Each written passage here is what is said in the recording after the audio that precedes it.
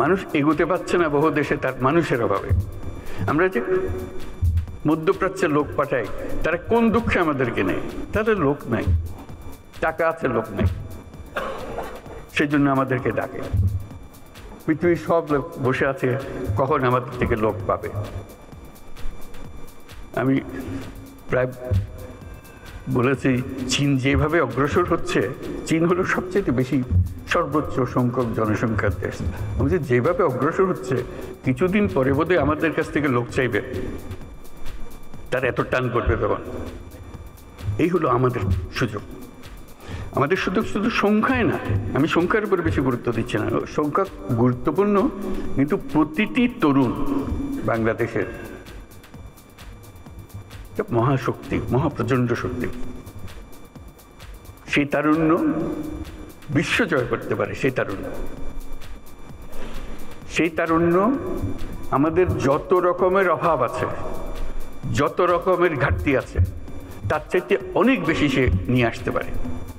সে একটু সম্পূর্ণ ভিন্ন এক প্রজন্ম। সেই প্রজন্মের জন্য দরজা খুলে দিতে হবে। আমরা শুধু বসে আছি দরজা তালা লাগানোর জন্য। এটা বলতে পারি, এটা অনাবশ্যক, সবাই অনুভব করি। আমাদের তারুণ্য জুলাই মাসে যা দেখিয়েছে, আগস্ট মাসে যা দেখিয়েছে, সেটা তো পৃথিবীর একটা অনন্য দৃষ্টান্ত। এটা সাধারণ একটা ঘটনা না, যেরকম করে অন্য দেশে বিপ্লব হয়, এই হয়। এই বিপ্লব কোথাও হয় নাই। তার প্রতিটি জিনিস যদি আপনারা বিচারে বসেন, দেখবেন যে এটা প্রতিটি দিক থেকে অনন্য। সেই অনন্য ক্ষমতা এই দেশের তরুণদের মধ্যে আছে। এটা হারিয়ে যাবে না। আপনারা মনে করেন না যে এটা এক ঘটনায় শেষ। এটা শেষ হয়নি, শুরু হলো মাত্র। কাজেই সেইভাবে আমাদেরকে এই তরুণদের সুযোগ দিতে হবে।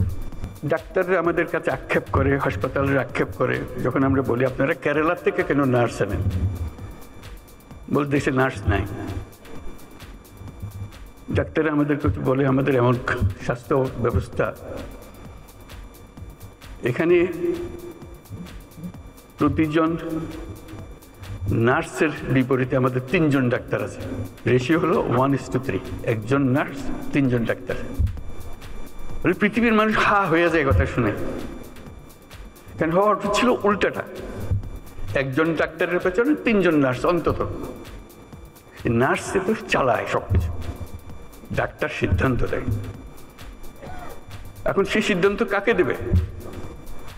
আপনার যদি নার্সই না থাকে, বলে যে না আমাদের তো নার্সিং কলেজ আছে, আপনি ঘুরে দেখুন সেটার কোয়ালিটি। কাজে এইটা দিয়ে আমাদের কোনো কাজ হচ্ছে না। তো খুব দুঃখ পেয়ে আমি মনে করলাম যে আমরা নিজেরা একটা ছোট্ট নার্সিং কলেজ করি না কেন। করলাম গ্লাসগো ক্যালিডোনিয়ান ইউনিভার্সিটির সহায়তায়। যেহেতু সেই ইউনিভার্সিটি আমি চ্যান্সেলর, কাজে আমার কথা সে ফেলে দিতে পারছে না যে আমাকে সাহায্য করতে হবে, আমি একটা নার্সিং কলেজ করব বাংলাদেশে। পুরোপুরি সাহায্যটা করলাম এবং চমৎকার একটা নার্সিং কলেজ তৈরি হলো। মাত্র 40 জন মেয়ে নিয়ে আমরা শুরু করেছিলাম। গ্রামীণ ব্যাংকের মেয়ে, পরিবারের মেয়ে, যাতে গরিব ঘরের মেয়ে। আমরা নার্সিং যখন বানাবো অন্যদের দেবো কেন, গরিব ঘরের মেয়েদের দেবো। সেই ইংরেজির একটা অক্ষর সে বলতে পারে না, কোনো রকমের লেখাপড়া শিখেছে, আমরা তাকে দিলাম। তার নার্সিং ডিগ্রি পাওয়ার আগেই তার টুকুর ইংরেজি, আন্তর্জাতিক মজলিসে এসে বক্তৃতা করে, তার ভবিষ্যৎ কী রেখে সেগুলো নিয়ে কথা বলে। আজকে সেই নার্সিং কলেজে বড় কলেজে পরিণত হয়েছে। আমার বিষয়টা হলো বড় কলেজ হওয়ার বিষয়। হঠাৎ দেখি নানা দেশ থেকে লোকজন আসে। বিশেষ করে প্রথম যেটা ধাক্কা লাগলো সেটা হলো ইউকে থেকে, যুক্তরাজ্য থেকে ডেলিগেশন আসলো, রিক্রুটার আসলো, বললো যে আপনাদের এই নার্সিং কলেজে যত ছাত্রী পাশ করে, গ্র্যাজুয়েশনে যত থাকে, আমরা সবাইকে যুক্তরাজ্যে নিয়ে যাব। আপনাদেরকে অফার দিলাম, আপনারা কী কী চান সব আমাদেরকে বলেন, আমরা সেটা পরিপূর্ণ করব। আমি অবাক হয়ে গেলাম। আমরা তো যুক্তরাজ্যে পাঠানোর জন্য নার্স বানাচ্ছি না এখানে। তবু বুঝতে চেষ্টা করে বলি আমাদের নার্সের ভীষণ অভাব, যেখান থেকে এবারে আমাদের উপর হুকুম হয়েছে নার্স জোগাড় করতে হবে এবং আমাদের তালিকায় আপনাদের নামও আছে। তা আমরা আপনাদের কাছে এসেছি, আপনাদের এন্টায়ার ক্লাস, আমাদের আর কোনো পরীক্ষা দিতে হবে না, কিছু দিতে হবে না, শুধু আপনারা সার্টিফিকেট দেবেন, আমরা নিয়ে যাব। তা আমি তাদের কাছে বিনয় সুরে বললাম যে এটা আমাদের দেশের জন্য করেছি, আমরা তো দিয়ে দেবো না এদেরকে এই দেশের কাজ করার জন্য দেবো, তবে আমাদের শুধু নিজেদের পরীক্ষা করার জন্য 2 জন কি 3 জন দেবো, যাতে আমরা দেখি ওরা কীরকম কাজ করে, আপনাদের পাল্লায় এরা উঁচু স্তরে না নিচু স্তরে, কোন স্তরে। বলছি না, সেটা পরীক্ষা করতে হবে না, সেই পরীক্ষা আমরা ইতিমধ্যে করে ফেলেছি, যা যা আমাদের দরকার আপনারা যত চান দিতে পারেন। তা আমি ছবি নিয়ে বললাম যে এই 2 জন 3 জনের বেশি আমরা দেবো না এখন, ভবিষ্যতে যদি আমাদের সামর্থ্য হয় দেবো। তো এটাতে খুব আনন্দ উপভোগ করলাম যে আমরা যেটা বাংলাদেশের জন্য করছি সেটা ইউকেতেও তার একটা ডিমান্ড আছে, চাহিদা আছে। আমরা দরখাস্ত নিয়ে ঘুরছি না, তারা আমাদের কাছে আসছে। কিছুদিন পরে দেখে জাপান থেকে আরেক ডেলিগেশন, তারা আমাদের নার্স চায়, সবাইকে চায়। বলছি শুধু আমাদের একটা শর্ত, জাপানি ভাষাটা আমরা শিখিয়ে দেবো তাদেরকে, এই সুযোগটা আমাদেরকে দিতে হবে, এবং খুব সিম্পল জাপানি ভাষা, কোনো কঠিন জিনিস না, তারা লেখাপড়ার সঙ্গে সঙ্গে এটা শিখে যাবে।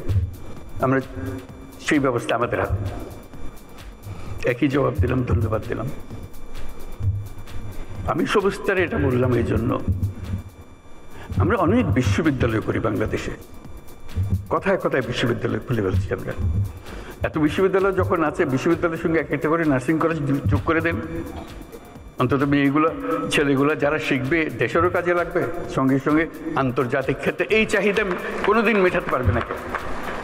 আমরা যত নার্স বানাতে পারি, অফুরন্ত চাহিদা। তাও চিন্তাটা কিসের আমাদের? আমাদের চিন্তার দোষ, কপালের দোষ, তা না হলে আমরা পারছি না করা, অন্তত আদর করে নিয়ে যেতে চাচ্ছি। তারপরে দেখলাম আরেক চাহিদা, এই আমাদের এই ছোট্ট জায়গাতেই, ছোট কাজের মধ্যে কেয়ার গিভার, আপনারা সবাই জানেন, কিচ্ছু না, 6 মাসের ট্রেনিং।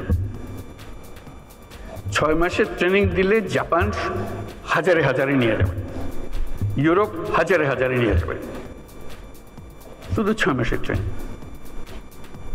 আমরা পারছি না কেন? আমরা স্বাস্থ্য মন্ত্রণালয় এমন এক জিনিস বানিয়েছি যেটা যখনই বসে সবার দুঃখে ভরে যায়, কিভাবে সিস্টেমটা চলছে বা চলছে না। আপনারাও দুঃখ করেন, আমরাও দুঃখ করি। কাঠামোগতভাবে এমন এক জিনিস, এটা বুঝতে পারি না এটার থেকে উদ্ধারের উপায় কি। কাজে আমাদের জগৎটা, আমাদের সামনে বিশাল জগৎ, শুধু আমাদের সিদ্ধান্ত এবং আমাদের কর্মসূচিগুলো ঠিক করার অপেক্ষায়। এই যে এত বড় সুযোগ আমাদের আছে এবং এগুলো বাস্তবায়ন হবে, এটা নিয়ে আমার চিন্তা নেই। এই তারুণ্য আমাদের আছে, এই মেয়েরাও আছে আমাদের, এই প্রাকৃতিক সুযোগগুলো আমাদের আছে। আমাদের সবচেয়ে বড় সমস্যা দুর্নীতি, সব শেষ করে দিয়েছে। স্বাস্থ্য মন্ত্রণালয়ের একটা কথা শুধু বললাম, একটা উদাহরণ, এই উদাহরণ সর্বত্র। যে কোনো পরীক্ষায় আপনারা দেখবেন বাংলাদেশ দুর্নীতির তালিকায় সর্বনিম্নে। সততা বলে আমাদের আর কোনো জিনিস নাই, শৃঙ্খলা বলতে আমাদের আর কোনো জিনিস নাই। কাজে এই দুর্নীতি থেকে বাইর না হলে এই কোনোটাই হবে না। আমরা আজকে অ্যাডমিনিস্ট্রেটিভ সার্ভিসেসের সমিতির সম্মেলনে এসেছি। কাজে এই দুর্নীতি কোথায় আছে, কিভাবে আছে, তাদের অজানা নয়। এবং এটা ছাড়া, এটার থেকে উদ্ধার পাওয়া ছাড়া বাংলাদেশের কোনো গতি নাই। এটার থেকে বের হতেই হবে আমাদের। আর সব কথা আপনি বাদ রেখে দেন, আমরা সব বুঝি। এটার থেকে বের হতে হবে, এটার থেকে আমরা কেউ মুক্ত হতে পারছি না,